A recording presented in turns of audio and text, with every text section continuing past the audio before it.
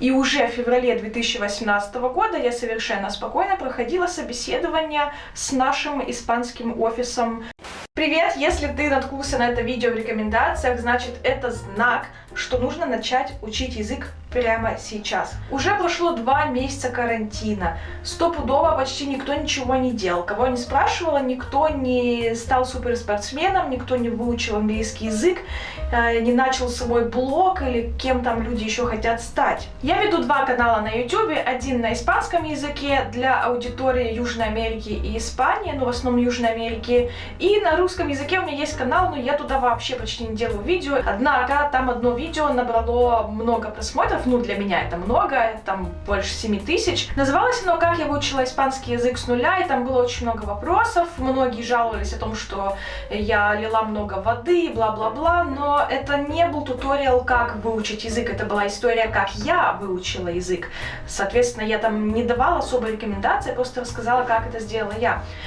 В этом же видео я хочу рассказать примерно, как структурировать изучение языка, абсолютно любого, не обязательно английского, любой язык, который вы собираетесь учить, его можно реально выучить до уровня B2 свободно за 6 месяцев, вообще без какой-либо базы. А теперь я объясню, почему именно за 6 месяцев, потому что это не какая-то цифра из головы. Лично на моем опыте, на опыте других людей, которые говорят на 2, 3 и нескольких языках, можно примерно предположить, что за 6 месяцев, в принципе, можно, выйти на уровень B1, B2. B1, B2 это не что-то сверхъестественное, не нужно бояться этого, особенно B2, потому что B2 это хорошо доработанный B1. На изучение грамматики испанского у меня ушло около 4 месяцев, но нужно учитывать, что я делала некоторые промежутки в изучении, у меня там были отпуска, день рождения мамы, мой день рождения 8 марта, в общем, там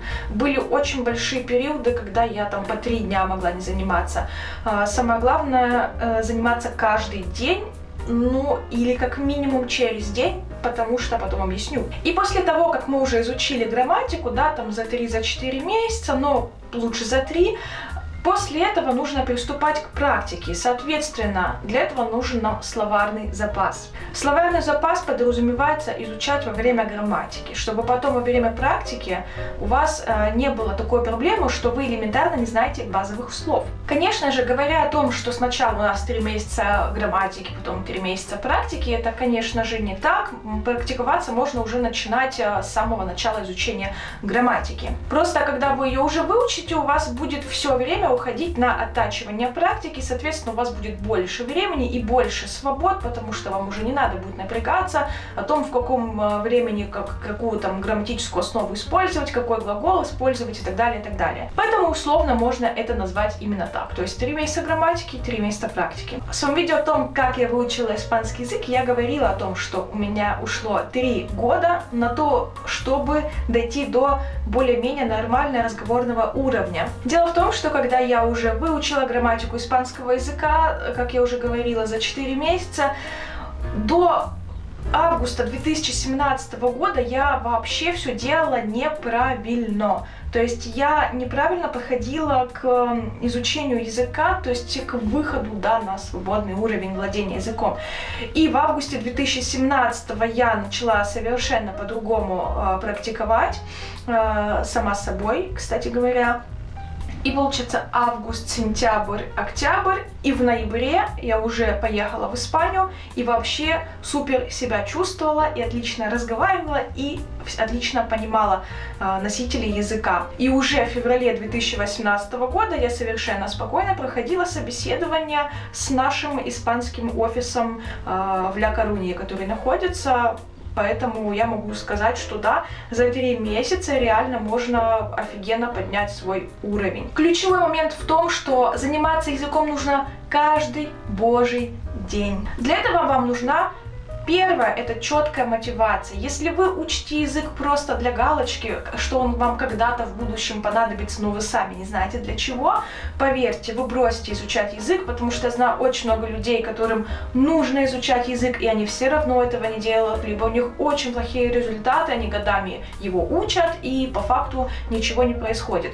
Во-первых, потому что они занимаются с преподавателем типа 2 раза в неделю, и по их рассказам они так делают эту домашку, как будто эта домашка нужна преподавателю, а не им самим. Понимаете, когда вы уже взрослый человек, вам язык иностранный просто так в голову не засядет, вам придется подвинуть немножко свою русскоязычную рутину и втиснуть туда хотя бы пару часиков в день изучения иностранного языка. Я это вам говорю не как какая-то 60-летняя учительница английского языка, которая уже не помнит, как она его изучала. Я вам говорю вот по факту, как я его изучила, в какие сроки реально его изучить. Да, у меня было 3 года просто потерянного времени, потому что меня никто не учил, мне никто не давал советов, и не знаю, почему я, конечно, очень давно сижу на YouTube, но я не находила каких-то супер отдельных советов, не знаю, может, не натыкалась на отдельных блогеров, вот, потому что чаще всего, когда раздают советы, люди забывают о том, как они выучили язык, и начинают давать советы те, которые, не работают, у них сами себе выдумывают. Номер 2, это мы ищем ресурс. Я вам посоветую сайт linguist.ru. Там есть разные языки, и там же вы можете выучить итальянский, английский, французский, испанский, даже латынь там есть. Также, по-моему, там есть русский язык для иностранцев. Начните изучать грамматику оттуда, и правило номер 3 – это не нужно распыляться на много ресурсов, потому что есть такие советчики, которые говорят: скачайте вообще все, обложите себя английским языком.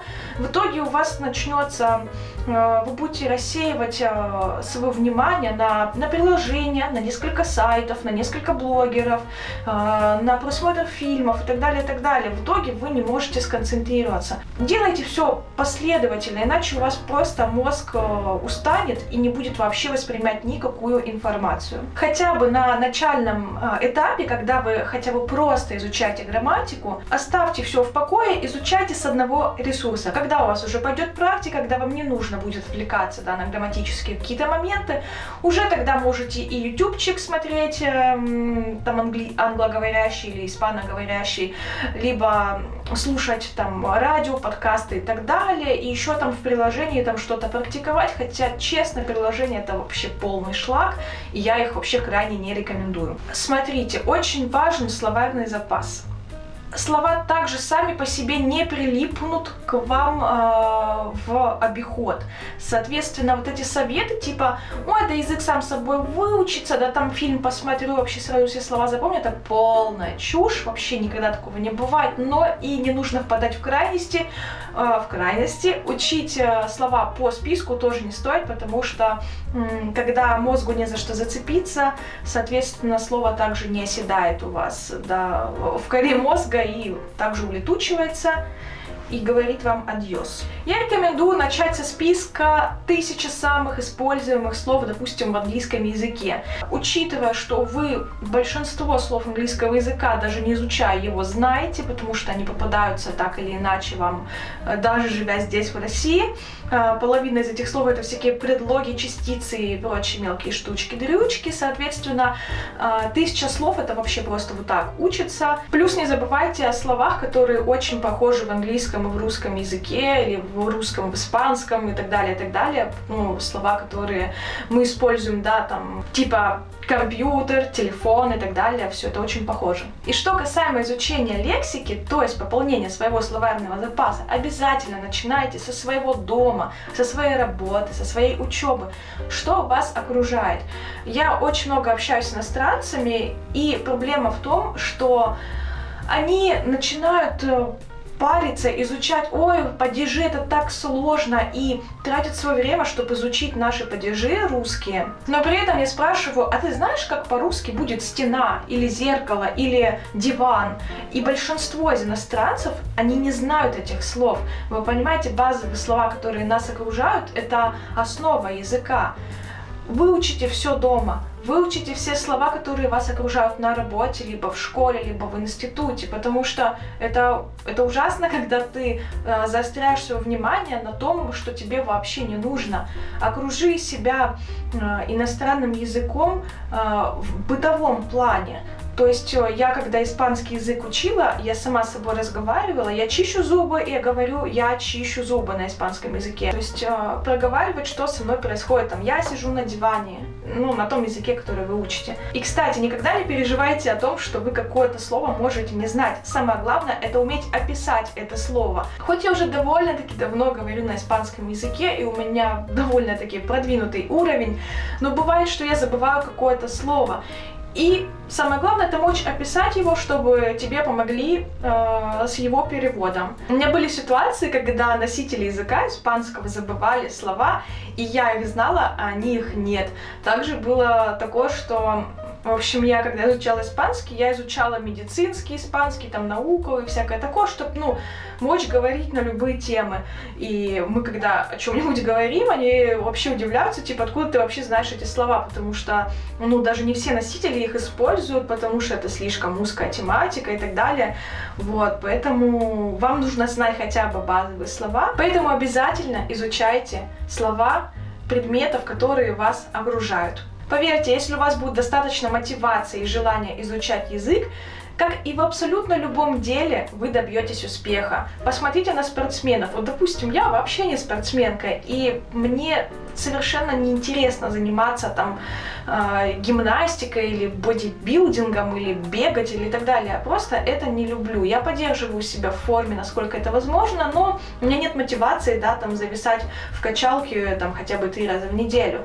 То же самое с языком. Если у вас нет особой мотивации, к сожалению, это правда, но вряд ли у вас что-то выйдет, поэтому вдохновляйтесь и начинайте изучать тот язык, который вам интересен и полезен. Ставьте лайк, если вам понравилось это видео, а если оно было просто ужасным, ставьте дизлайк и напишите, какой уровень владения языком у вас. Если у вас есть какие-то супер советы, пожалуйста, тоже напишите их.